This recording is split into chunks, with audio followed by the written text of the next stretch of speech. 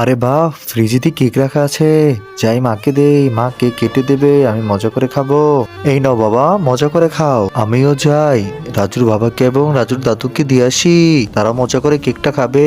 এই নাও দাদু, এই নাও মা।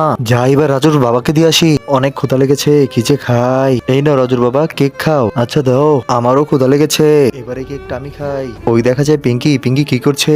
বাহ, গাছে একটা ফুল ধরেছে, ফুলটা আমি নিয়ে নেই। ফুলটা কি সুন্দর, পিঙ্কি কিনা দিয়ে আমি কেকটা কি করে খাই। এই পিঙ্কি, এই পিঙ্কি শোন। কি মা, কি হয়েছে? এদিকে আয়, কেক খা। আচ্ছা ঠিক আছে মা, ধন্যবাদ। এখন দেখি আমারই কেক নাই। হ্যাঁ, রাজু, রাজু এখনো কেক খায়নি। আচ্ছা রাজুকে জিজ্ঞাসা করি, এই রাজু তুই এখনো কেক কেন খাসনি? আমি আর খাবো না মা, তুমি খাও।